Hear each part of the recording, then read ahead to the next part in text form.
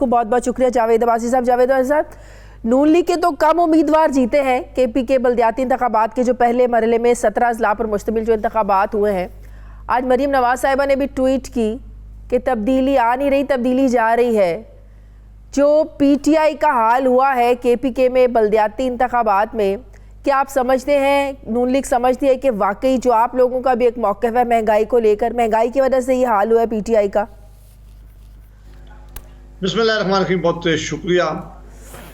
دیکھیں جی، ایک مہنگائی کا بہت بڑا ہاتھ اس الیکشن میں ضرور نقصان ہوا ہے، کیونکہ مہنگائی بہت زیادہ ہے پاکستان کے اندر۔ گورننس کے ایشو ہیں جو خیبر پختونخوا کے اندر تھے، اس کے علاوہ جو ملک کی پالیسیز انہوں نے بنائی ہیں، اب کوئی بھی پالیسی آپ ان کی دیکھ لیں، وہ اس کا کوئی فائدہ نہیں ہوا۔ جو انہوں نے الیکشن میں وعدے کیے تھے لوگوں سے، عمران خان صاحب پنجاب میں اگر خیبر پختونخوا کی مثالیں دیا کرتے تھے، وہ کہتے تھے میں پولیس کا ریفارم لاؤں گا، میں گھر بنا کے دوں گا، میں نوکریاں دوں گا، دنیا کا لوٹا ہوا پیسہ میں واپس لاؤں گا۔ یہ وہ سارے بڑے بڑے وعدے، میں کئی سو ڈیم بناؤں گا، ایک وعدہ بھی نہیں ہے جس کی طرف انہوں نے کوئی عملی کام کیا ہو۔ بنسبت اس کے کہ یہ کوئی لوگوں کی زندگیوں میں آسانی پیدا کرتے۔ آپ دیکھ لیں گے کہ مہنگائی کا ایک طوفان آیا ہے پاکستان کی تاریخ میں، کبھی کسی حکومت نے اتنی مہنگائی نہیں کی۔ پھر لوڈ شیڈنگ ہے، اس گیس لوگوں کو مل نہیں رہی ہے، پیٹرولیم کی قیمتیں کہاں پہنچ گئی ہیں، ڈالر کہاں پہنچ گیا ہے، ایک آدمی کی جو زندگی ہے وہ سخت مشکلات میں آ گئی ہے۔ تو کیا آپ سمجھتے ہیں کہ ان انتخابات کا جو اثر ہے وہ عام جنرل انتخابات پر بھی پڑے گا؟ ضرور پڑے گا۔ یہ ایک بڑا انڈیکیٹر ہے کہ وہ عوام، بلکہ جو الیکشن ہوتا ہے لوکل گورنمنٹ کا، اس پہ حکومت کی طرف لوگ زیادہ جاتے ہیں۔ ان کا خیال ہوتا ہے کہ جی ہمارے لوگ الیکٹ ہو کے جائیں گے اور کام ان کا ہوگا، وہ اپنے چھوٹے موٹے کام کروا سکیں گے، وہ ڈیولپمنٹ کے کام کرا سکیں گے۔ اس لیے ہمیشہ وہ حکومت جو بیٹھی ہوتی ہے اس کو بڑا ایج ہوتا ہے۔ ان کی حکومت ہونے کے باوجود یہ جو شرمناک اور عبرتناک شکست ان کو ہوئی ہے، میں سمجھتا ہوں کہ آئندہ الیکشن میں اگر یہی ماحول رہا تو ان کے تو کینڈیڈیٹ الیکشن میں کمپین کرنا ان کے لیے مشکل ہو جائے گا۔ آپ لوگوں کو بھی کوئی بڑی جیت نہیں آپ لوگوں کو ملی؟ آپ لوگوں نے مولانا کا ساتھ دیا، مولانا، یا آپ لوگوں نے کینڈیڈیٹ اپنے کم کھڑے کیے؟ اس میں کوئی شک نہیں کہ بڑی جو دو جماعتیں تھی، پاکستان پیپلز پارٹی اور مسلم لیگ نون، کو بھی یہاں نقصان ہوا ہے۔ جو ہم زیادہ ایکسپیکٹ کر رہے تھے کہ ہمیں فائدہ ہوگا، ہمارے کینڈیڈیٹ زیادہ جیتیں گے، وہ ریزلٹ وہ ہم نہیں اچیو کر سکے۔ جو کیا وجہ؟ اچھی کیمپین نہیں کر سکے، لوگوں کو موبلائز نہیں کر سکے، کیا وجہ بنی؟ یا اچھے لوگوں کو ٹکٹس نہیں دے سکے آپ لوگ؟ اس پہ ضرور ہماری جماعتوں کے اندر ایک دفعہ بیٹھ کر اس پہ ضرور ان کو سیٹنگ کرنی چاہیے، ان باتوں کو سوچنا چاہیے، کیا وجہ ہوئی ہے کہ ہم وہ ریزلٹ اچیو نہیں کر سکے جو ہم سمجھتے تھے۔ بہرحال یہ ضرور میرا خیال ہے کہ جماعتیں کوئی نہ کوئی اپنی کمیٹیز بنائیں گی اور اس معاملے کو ضرور دیکھیں گے۔ اچھا، کیا یہ بات درست ہے کہ ابھی بھی نون لیگ میں ایک بیانیے کی جنگ ہے؟ آپ دیکھیں کہ ایک واضح ہمیں فرق نظر آتا ہے، ایک دھڑا میں مریم نواز کا نظر آتا ہے، دوسرا شہباز شریف کا نظر آتا ہے، لیکن جب شاہد خاقان عباسی نے کہا کہ اگلے انتخابات میں جو کینڈیڈیٹ ہوں گے پرائم منسٹر کے وہ شہباز شریف صاحب ہی ہوں گے، تو کیا اس سے اس کو تقویت ملتی ہے، یا آپ سمجھتے ہیں کہ وہ جو بیانیے کی جنگ تھی اس بیان کے بعد اب وہ ٹائیں فش ہو گئی ہے؟ میرا نہیں خیال کہ یہ میڈیا کی آتا تو ضرور یہ بات ابھاری جاتی ہے، کبھی کبھی ٹی وی شو میں ہم سے ایک سوال بھی پوچھ جاتا ہے۔ ہماری جماعت کے اندر کبھی بھی اس طرح کی نہ کوئی جنگ تھی، نہ ہے، نہ ہونے کا کوئی امکان ہے۔ جماعت بڑی ہے، سیاسی جماعت میں مختلف لوگ ہیں، ہر ایک اپنی ایک رائے دیتا ہے، رائے دینے کی آزادی ہے، لیکن جب جماعت بیٹھ کر فیصلہ کر لیتی ہے تو سارے اس پہ عمل کرتے ہیں۔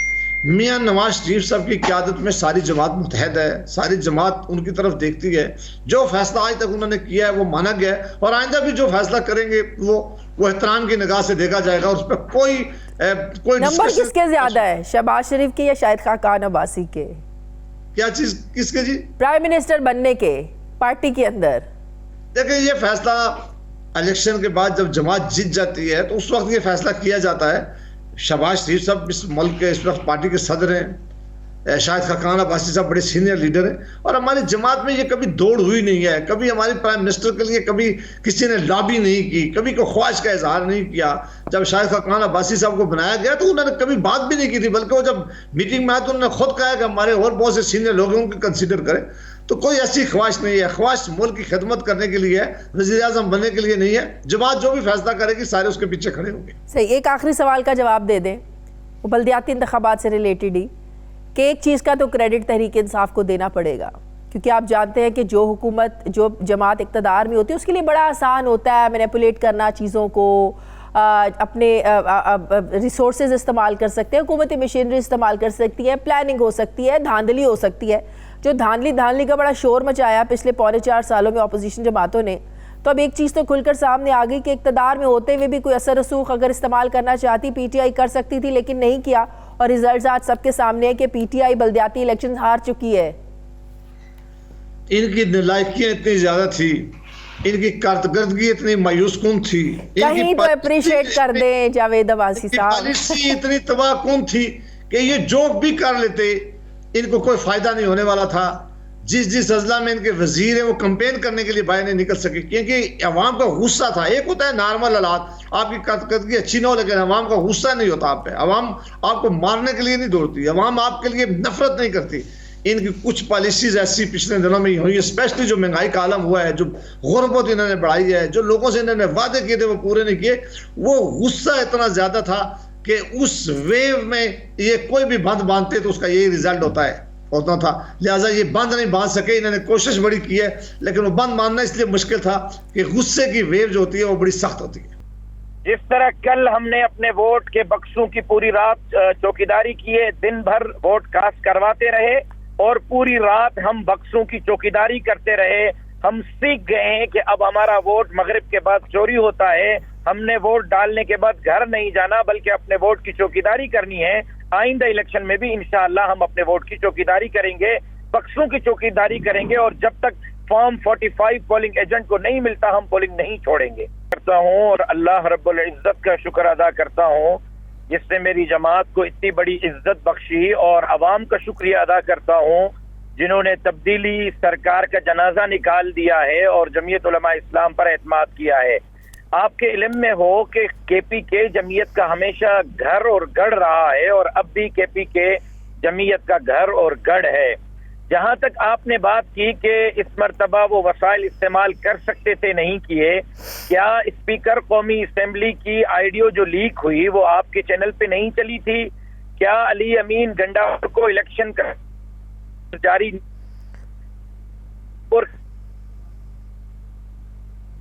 وزیر بلدیات اس دوران نہیں لگایا گیا کہ وہ عین اس وقت اپنی الیکشن کیمپین کر رہے تھے اور انہوں نے خزانوں کے منہ کھولے اور لیٹر پیڈ؟ علامہ صاحب بڑے بڑے وزیروں کے حلقوں سے آپ پی ٹی آئی ہاری ہے، شہرام ترکئی کے حلقے سے شکست ہوئی ہے، دیکھیں میں علی محمد خان کے حلقے سے، پرویز خٹک کے حلقے سے ہارے ہیں۔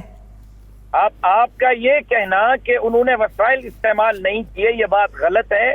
پی ٹی آئی نے 20 انگلیوں کا زور لگایا، اپنے وسائل کو استعمال کیا، اس کے باوجود عوام نے ان کو مسرت کیا ہے اور عوام نے اس کا مطلب یہ ہوا گورنر شاہ فرمان زور لگانے کے باوجود نہیں جتوا سکے۔ شہریار آفریدی کے حلقے کوہاٹ سے جے یو آئی کامیاب ہوئی، وہ اپنا زور نہیں لگا سکے۔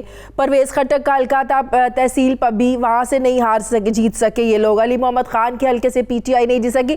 اتنے بڑے بڑے نام پی ٹی آئی کے، اس کا مطلب انہوں نے زور لگایا لیکن کامیاب نہیں ہو سکے۔ کہیں تو کریڈٹ دے دیں۔ لائے گئے تھے، یہ آئے نہیں تھے۔ جو ہم بات کر رہے تھے آج کے نتائج نے ہماری بات ثابت کر دی، یہ اس وقت بھی نہیں آئے تھے۔